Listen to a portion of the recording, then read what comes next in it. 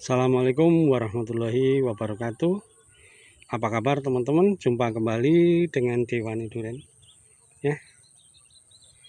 Hari ini hari Senin teman-teman ya, tanggal 18 Oktober tahun 2021. Nah, Dewani Duren lagi di kebun. Nah, setiap di kebun kami selalu bikin video dan berbagi cerita ya, tentang apa saja sih yang kami lakukan di kebun kami hingga bisa mendapatkan pohon seperti ini. Nah, hari ini kebetulan sampai minggu depan kita tidak mendapatkan jatah air teman-teman. Airnya kosong, biasanya ini penuh. Yang kemarin sudah kami coba stok tandon kita penuhi, tandon parit maksudnya kan, kita penuhi ya, supaya tujuannya apa? Paling tidak untuk penyiraman seminggu ke depan masih tidak masalah. Nah, oke teman-teman ya, kami pagi ini akan sedikit ya, bercerita tentang konsep atau busut ya, atau gundukan ya, gundukan. Kenapa sih harus kita busut, kita gunduk? Nah, ini yang sering banyak yang belum paham ya. Saya sering menjumpai ya, banyak teman-teman yang bercocok tanam ya, di musim kemarau baik-baik saja, tapi begitu memasuki musim penghujan duriannya tinggal nama. Karena apa? Cara tanam yang kurang benar atau tidak benar teman-teman ya. Yang paling aman ya teman-teman sebenarnya, baik itu di lahan sawah dan di lahan pekarangan, itu dibuat gundukan ya, dibuat gundukan teman-teman ya. Tujuannya apa ya? Kembali lagi saya cerita bahwa akar durian itu ada dua, lateral, yang ada di permukaan itu akarnya lembut-lembut teman-teman. Akarnya lembut-lembut sampai kedalaman 45 cm itu tidak boleh kerendam air. Itu dasar pemikirannya di sana. Tapi nah, kalau kita mau kaji lebih dalam, apa sih kelebihannya gundukan itu? Apa sih kelebihan sistem busut atau digundukan? Kalau istilah busut itu kan dari Malaysia, teman-teman. Nah, dari Malaysia. Nah, busut itu kalau di kita nyebutnya agak susah sih. Gundukan, kenongan, macam-macam. Nah, apa sih kelebihannya? Ya, kelebihannya sistem gundukan nih, nah, atau sistem busut. Pertama, teman-teman. Pertama, menjaga agar akar yang lembut-lembut tadi tidak tersentuh air. Bukan tersentuh ya, tergenang air. Kalau tersentuh pasti tersentuh ya, tapi tergenang teman-teman ya, tergenang dalam durasi misalnya 1 atau 2 hari, itu bisa berakibat fatal teman-teman ya, bisa berakibat fatal terhadap akar itu ya.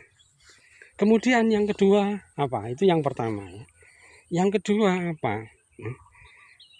Di kebun itu kan banyak sekali kadang-kadang ya pekerja kita atau siapa saja atau teman yang berkunjung di kebun kita, itu kalau kita buat gundukan atau busut gini ya, kita tidak mungkin teman-teman ya berjalan melangkah ke sana kayak gini, melangkah ke sini, nggak mungkin kita injak teman-teman ya. Kita berjalan pasti di luar kanopi karena busutnya ada di bawah kanopi, nggak mungkin kita injak kayak gini ya, nggak mungkin, kecuali kalau kita pruning.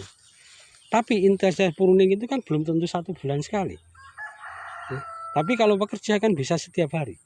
Nah, itu membuat ya, tanah di bawah kanopi ini tetap gembur teman-teman, tidak padat karena sering kita injak. Kalau kita bandingkan tanah yang sebelah sini ya teman-teman, yang saya injak ini dengan yang sini, gembur yang sini, gembur yang sini, gembur yang sini. Tanah ini gembur karena apa? Relatif tidak tersentuh kaki. Kalau yang sebelah sini ya, ada orang nyabit, ngambil rumput ya, ini terinjak, tapi ini enggak. Kalau ada orang ngambil rumput yang sebelah sini ya, paling cuma disabit dari kakinya, pijakannya ada di luar kanopi.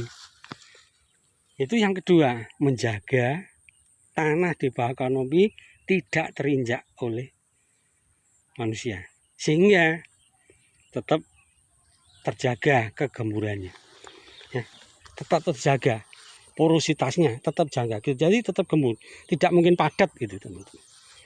Itu yang ketiga. Yang keempat ada lagi, ya, dengan adanya sistem busut atau gundukan ini, kalau ada, ya, ada udara teman-teman dari luar, ya, udara dari luar itu masuk, ya, itu lebih mudah daripada kalau di sini, ya, tanah yang datar kayak gini. Jadi udara lebih mudah masuk ke sini daripada tanah datar, ya. Kalau ada angin bertiup dari samping gitu, masuknya lebih mudah di sini, ya, di sini daripada yang tanah seperti ini, ya. Itu yang ketiga, ya, itu yang ketiga, ya. Jadi kelebihan sistem busut atau gundukan itu akhirnya bisa membuat, ya, karena tanahnya tetap terjaga itu kegemburannya.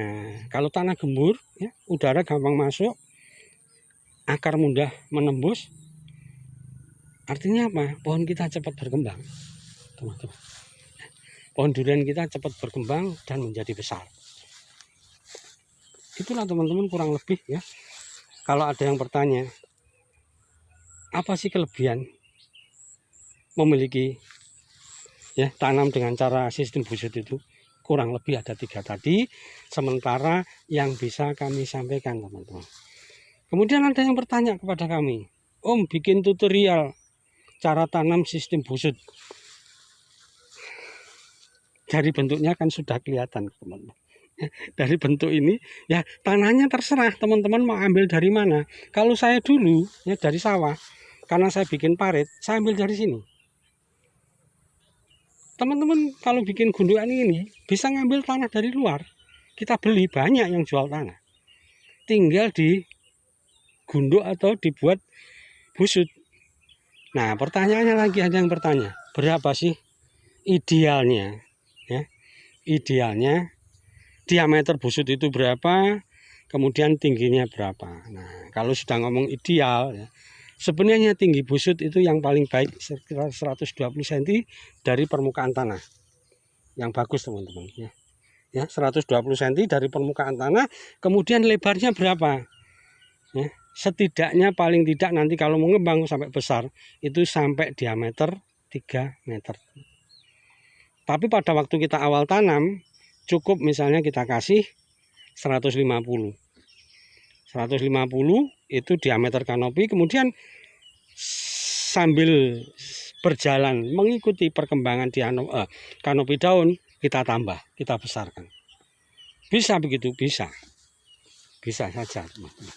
Ya, bisa. Nah, itu cara tanam, cara menanamnya di sistem busut.